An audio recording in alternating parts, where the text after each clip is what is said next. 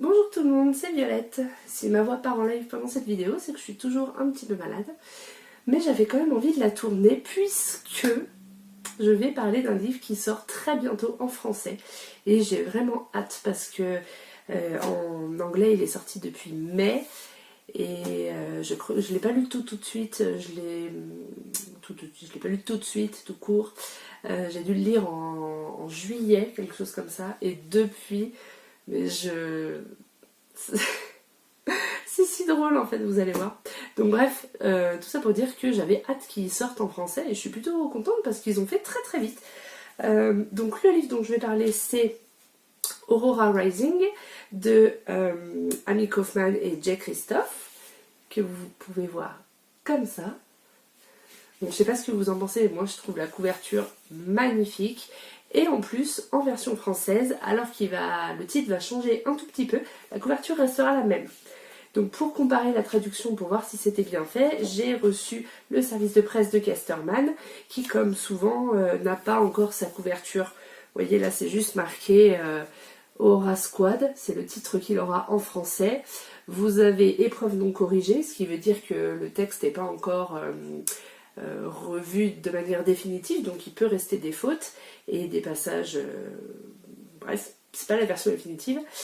Et vous avez le petit logo de Casterman en bas, qui sera l'éditeur en France, et surtout la date de sortie, le 5 février 2020, que j'irai sans doute en bas. Donc voilà, dans 5 jours exactement, au moment où je tourne cette vidéo, un de mes chouchous de l'année 2019 va sortir en français.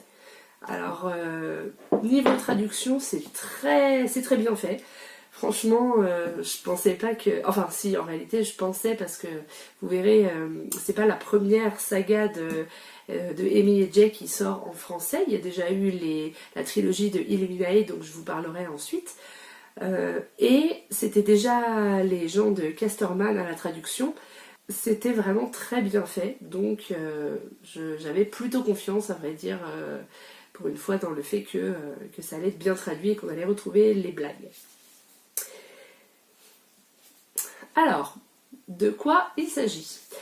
C'est de la science-fiction qui est sortie au rayon Young Adult aux États-Unis et en Angleterre et qui sortira au rayon Young Adult en France vraisemblablement. Donc le sous-titre qu'on voit ici en haut de la couverture, qui j'espère sera gardé en français, résume totalement la situation du livre. Donc c'est marqué, ce ne sont pas les héros que nous attendions, seulement les seuls que nous avons pu trouver. Et c'est trop ça. Alors, nous, on suit une équipe de 7 personnages qui donc habitent dans un futur vraisemblable, ou en tout cas sont sur une base dans l'espace, et font partie d'une académie militaire, on va dire. Dans cette académie militaire, vous avez 7 grades différents, c'est comme si vous aviez 7 filières, vous voyez, comme on peut avoir au lycée, S, ES, L, tout ça. Sauf que là, c'est des grades un peu plus particuliers, évidemment. Et vous avez le choix de ces 7 grades pour vous inscrire. Vous suivez la formation et au bout de votre formation, vous donc sortez de l'académie militaire et vous intégrez je sais pas comment dire en français, un équipage peut-être, un squad en tout cas, pour continuer après dans la carrière professionnelle. En personnages, il n'y a pas vraiment de personnages principaux, ils sont tous un petit peu principaux, les personnages que je vais vous présenter dans cette escouade-là. Vous avez Tyler, qui a le grade d'alpha, donc lui c'est le chef, grosso modo, de l'escouade, et c'est les élèves qui sortent de l'académie en tant qu'alpha, avec leur diplôme d'alpha, qui vont pouvoir choisir leurs membres de l'équipage plus tard en fait, en fonction de s'ils ont bien réussi leurs examens ou pas. Donc Tyler, il est premier de sa promotion, c'est un as des as quoi, il est au top du top, tout le monde veut être dans son équipe, lui il a prévu d'avoir une équipe qui déchire, et il est super content que ce soit la fin d'année et qu'il puisse choisir son membre d'équipage. Vous avez le personnage qui est en section, on va dire, diplomatie. Donc là, c'est le personnage qui s'appelle Scarlett et c'est la sœur de Tyler. Elle est très très drôle aussi. Vous avez le personnage qui est scientifique. Donc celui-ci c'est un de mes préférés. C'est une jeune fille qui s'appelle Zila et qui est complètement, c'est une psychopathe en fait, une sociopathe même, ils le disent vraiment dans le livre, où elle adore les sciences, elle adore trouver des résolutions aux mystères, peu importe si elle doit faire des expériences sur ses camarades de classe pour essayer de trouver des résultats. Donc voilà, elle, clairement personne ne la veut dans son équipe. Vous avez le gearhead, c'est-à-dire plutôt la personne qui va s'occuper de tout ce qui est mécanique sur le vaisseau, le mécano on va dire. Donc le mécano, il s'appelle Finian, il est un extraterrestre, il y a plusieurs races d'extraterrestres dans ce livre, et il a une particularité physique, un exosquelette qui lui permet de se mouvoir, parce qu'il ne peut plus avec son propre corps. Alors Finian, c'est un des personnages les plus drôles de cette histoire, parce que lui, il a une mauvaise volonté de fou, il veut absolument pas participer ni être pote avec eux, mais d'un autre côté, il s'amuse de toutes les situations, et il finit par bien aimer quand même faire partie de l'escouade, évidemment. Vous avez la pilote, qui s'appelle Kat, et qui est la meilleure amie de Tyler et de Scarlett. Donc elle, un peu style garçon manqué, elle a toujours été amoureuse de Tyler, mais elle veut pas que ça se sache, parce que elle aime bien leur amitié, et puis voilà, elle est pas sûre qu'ils disent oui si jamais elle se déclare.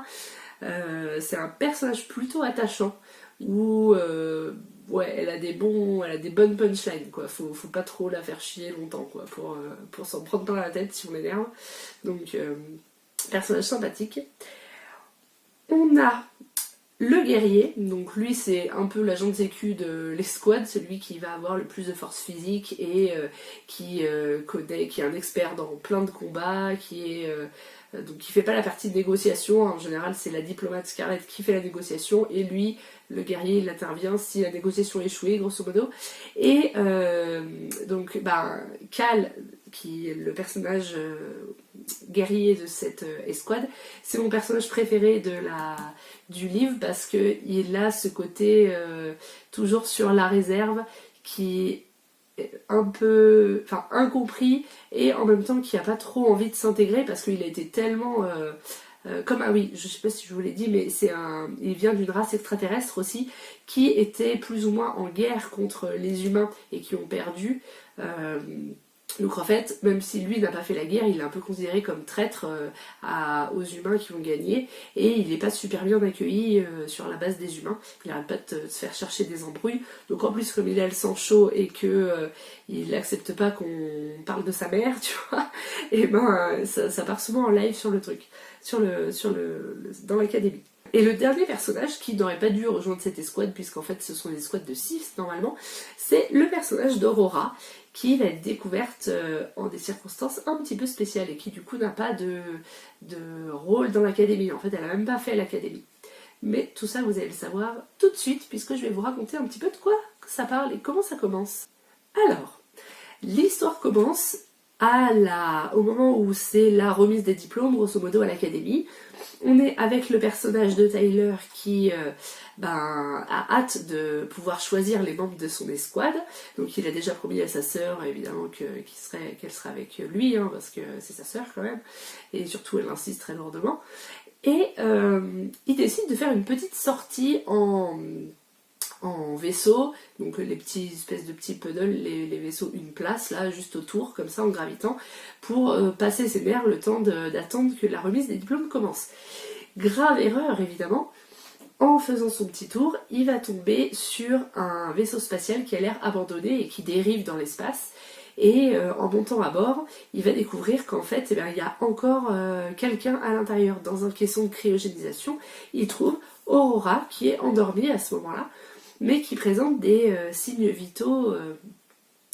Bon, a priori, elle est juste endormie, elle n'est pas morte, contrairement aux autres personnes qui étaient dans les caissons à côté. Donc, il va galérer comme pas possible, puisqu'il est tout seul, à ramener le caisson d'Aurora dans la station. Et le temps qu'il fasse tout ça, alors qu'il était juste un petit peu en train de faire un truc hyper héroïque, on lui annonce que c'est trop tard mon gars, t'as raté la cérémonie de répartition, donc maintenant tu dois... t'as plus le choix de ton équipe, tu récupères ceux que personne n'a voulu. Ce qui fait qu'il se récupère donc sa sœur Scarlett, sa meilleure amie Kat, qui de toute façon a refusé, elle c'est une très bonne pilote, mais elle a refusé d'aller avec une autre escouade, donc voilà, elle s'est préservée pour être dans celle de Tyler. Il récupère Zilla, la scientifique psychopathe, Finian, l'extraterrestre dans son exosquelette qui a un humour de merde. Il récupère Cal, le guerrier qui a des problèmes d'agressivité. Et avec tout ça, il est bien content, quoi. Super équipe. Toute l'aventure du tome 1, c'est qu'il va falloir fuir la station de l'académie dans laquelle ils sont, puisqu'en fait, des gens vont commencer à s'intéresser à Aurora pour les... En gros, Aurora a été témoin de quelque chose sans le savoir, qui fait que elle devient encombrant pour des gens, mais je ne vous dis pas plus, sinon c'est dommage. Et en gros, l'équipe de Tyler va pas avoir d'autre choix que d'embarquer Aurora et se tirer dans leur vaisseau pour essayer d'échapper à des gens. Voilà, c'est résumé. Donc encore une fois, ce que j'ai le plus aimé dans cette histoire, outre la variété des personnages qui est vraiment très intéressante, c'est l'humour. C'est incroyable. J'adore ces deux auteurs. Alors ce qui est rigolo, c'est qu'ils écrivent séparément des choses, tous les deux. Et alors que Amy Kaufman écrit plus des choses enfants, plus gentillets, et que Jay Christophe, au contraire, écrit des choses plus comment dire, rock'n'roll, plus gothique comme ambiance et plus adulte. Le style des deux mélangés, ça donne un truc, c'est inexplicable. Ça. Dès que j'en parle à la librairie ou quoi pour le conseiller en VO et que je dis attention il va sortir en français, il faudra absolument le prendre et tout, j'ai envie de le relire ou j'ai envie de le prendre et puis de citer des passages aux gens parce que c'est excellent. C'est... Ouais, franchement j'adore. J'ai passé un super moment. Et en février, il y a le tome 2 qui sort en VO, j'ai vu. Donc, non, c'est pas en février, je vous dis des conneries, c'est... Ah, je sais plus, mars-avril. Je mettrai pour ceux qui livrent en VO et qui sont intéressés en bas. Mais ouais, c'est vraiment à lire. Franchement, si vous aimez la science-fiction, que vous aimez l'humour et les scénarios bien ficelés et tout ça, il faut que vous le lisiez. C'est vraiment extraordinaire ce truc. En plus, chers lecteurs de Wattpad que vous êtes, peut-être, enfin j'imagine que c'est plus des lecteurs de Wattpad qui lisent ça que des inconnus sur le net, mais sait-on jamais, il y a un baiser échangé entre deux garçons. Voilà. Je vous dis pas plus. Vous découvrirez quoi, mais j'avais essayé de commencer à dessiner la scène pour envoyer à Jay Christophe, avec qui on peut assez facilement discuter sur Instagram, parce que ça le faisait rire aussi. Et voilà. Donc c'est une connerie, c'est pour échapper à une situation grosso modo, mais c'est trop drôle. Et alors, que je vous disais que c'était pas la première série qu'ils écrivaient tous les deux, c'est parce que avant de faire Aurora Rising, ils avaient fait la trilogie Illuminae. Donc Illuminae, c'est... Et là vous allez vous dire, qu'est-ce qu'elle nous raconte que cette trilogie, il en manque un. En effet, si la personne qui regarde cette vidéo a mon tome 1 de Illuminae, qu'il n'hésite pas, ou qu'elle n'hésite pas, parce que je sais plus à qui je l'ai prêté, à me le rapporter, ce serait sympa. Donc, Illuminae, ça existe en français, les 3 tomes sont déjà sortis en français, c'est aussi chez Casterman. Donc le tome 2, vous voyez en fait c'est Illuminae Files, et en français tous les tomes s'appellent Illuminae. Voilà. Donc le tome 2 en VO c'est Gemina, vous avez Obsidio le 3. Alors que Aurora Rising est un roman traditionnel dans l'écriture, c'est-à-dire que c'est un... Enfin, c'est comme ça, il n'y a pas de... On le lit d'un bout à l'autre, et puis c'est du texte. C'est trop dur à expliquer ce que j'explique, mais bref. La saga Illuminae, c'est un dossier, en fait. Il faut savoir que chaque livre est un dossier de ce qui s'est passé le jour de l'attaque de la planète Carenza. Donc là je vous montre dans le 2 parce que le 1 on me l'a dérobé. Mais c'est vraiment un dossier, donc ce qui veut dire que vous allez avoir des copies de chat, par exemple, entre les personnages. Vous avez des fausses pages internet. Vous avez des dessins. Des choses aussi écrites à la main. Vous avez des petits comptes à rebours, comme ça, sur l'histoire. La plupart, c'est quand même des footages de télésurveillance. Je sais pas comment ça se dit, c'est en français. Là, quand quelqu'un regarde, enfin un agent regarde et puis il écrit ce qui se passe pour que... Une retransmission en texte? Peut-être. Des mails aussi échangés. L'histoire aurait pu être et semble, franchement, on va pas se mentir, chaotique, à première vue en tout cas, mais elle l'est pas du tout quand on lit. Il faut vraiment lire du début à la fin sans sauter des pages, sans rien du tout. Et c'est fou parce que je trouve ça très dur à croire que notre cerveau puisse combler les blancs, passer d'un mail à un dessin, tout ça, et puis continuer à se faire l'histoire dans notre tête, vous voyez, et sans avoir besoin que ce soit un texte en continu comme il peut y avoir dans Aurora Rising. Et ben si, le cerveau y arrive totalement, et ça lui pose aucun problème même. Moi j'étais complètement immergée du début à la fin. Alors dans le premier tome, on suit les personnages de Katie et Ezra, qui sont, ça le côté original aussi, ont été en couple avant que l'histoire commence, mais se sont séparés et se tirent un peu se crêpent un peu le chignon depuis. Sauf que voilà, là ils vont être en galère, donc il va falloir de nouveau au moins être amis pour essayer de se sortir de ce bourbier. Donc l'attaque de Carenza, qu'est-ce qui s'est passé? Carenza était une planète colonie de la Terre, donc pareil, tout ça se passe dans le futur, dans l'espace. Une colonie de la Terre illégale, donc la Terre n'avait pas déclaré au Conseil intergalactique qu'elle possédait Carenza.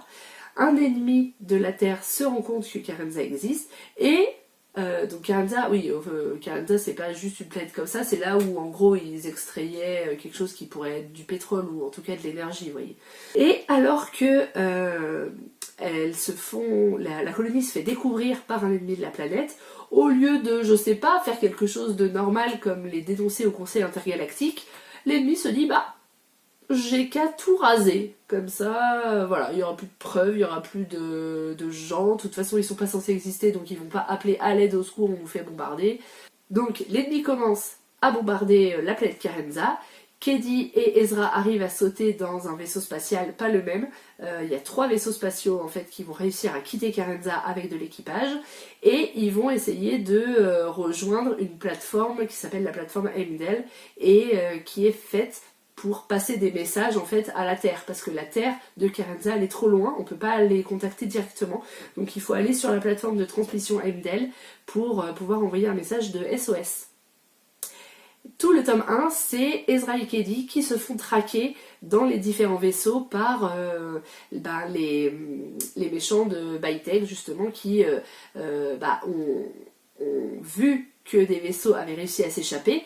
Donc bombarder la planète, ok, sauf qu'ils veulent pas qu'on sache qu'ils ont bombardé la planète, même si c'était une colonie illégale, ça craint. Donc en fait, il faut pas qu'il y ait de survivants pour eux. C'est pour ça qu'ils traquent les vaisseaux, pour les liquider dans l'espace, comme ça, pas de survivants, pas de témoins, tranquille. Alors, je vous ai dit qu'on suivait Ezra et Katie, mais on suit aussi Aiden, qui est une intelligence artificielle. Elle agit comme une intelligence artificielle, c'est-à-dire que son but, c'est que tout le monde arrive... Enfin non, son but, c'est que... justement, c'est ça le problème. C'est qu'un humain soit encore vivant pour lancer le SOS sur la plateforme Heimdall. Dans son vaisseau, elle a 400 personnes. Grosso modo, il y en a 399 qu'elle peut se permettre de perdre, quoi. Il lui faut juste un humain pour remplir sa mission, parce que l'intelligence ne peut pas passer l'appel elle-même. Donc, les humains Ezra et Kaidi sont sans arrêt en duel avec l'intelligence qui certes les aide mais aussi prend des décisions d'intelligence artificielle et donc pas du tout humaine. Et ça va causer tout un tas de problèmes évidemment au long de l'aventure. Alors le tome 2, qui est donc Gemina, c'est mon tome préféré dans la trilogie.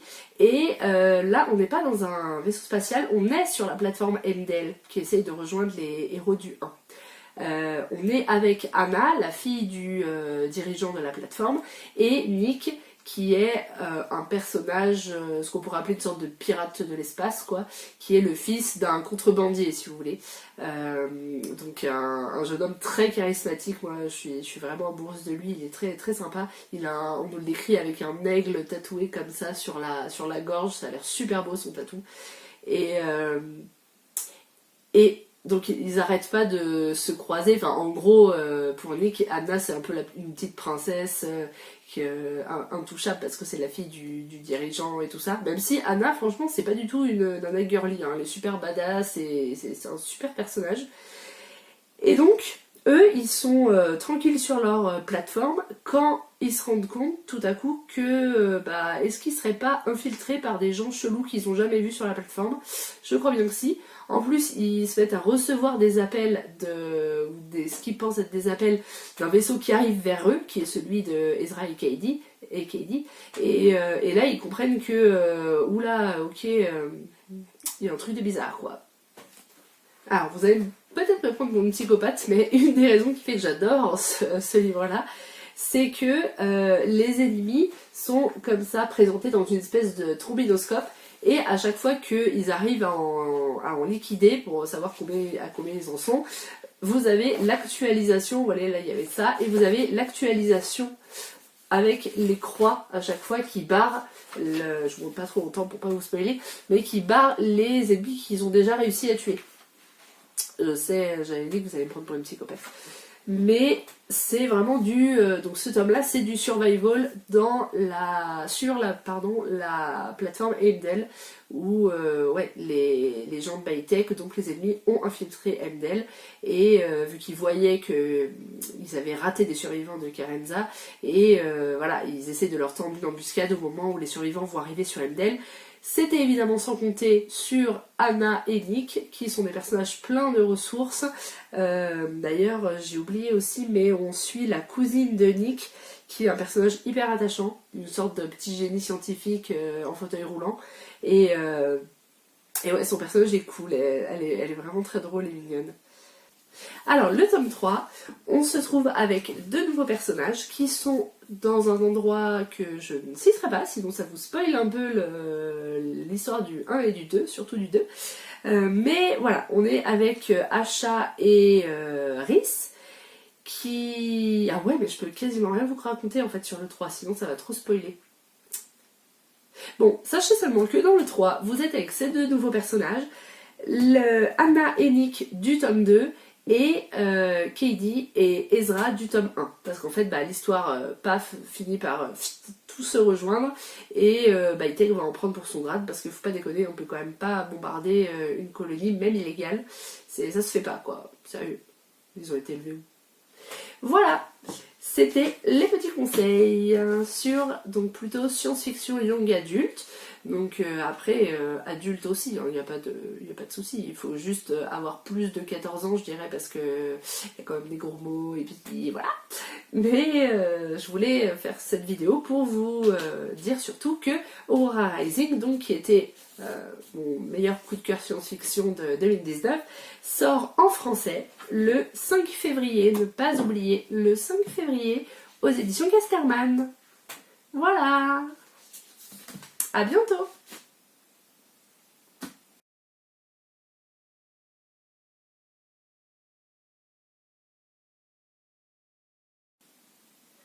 Est-ce que le cadrage est bien?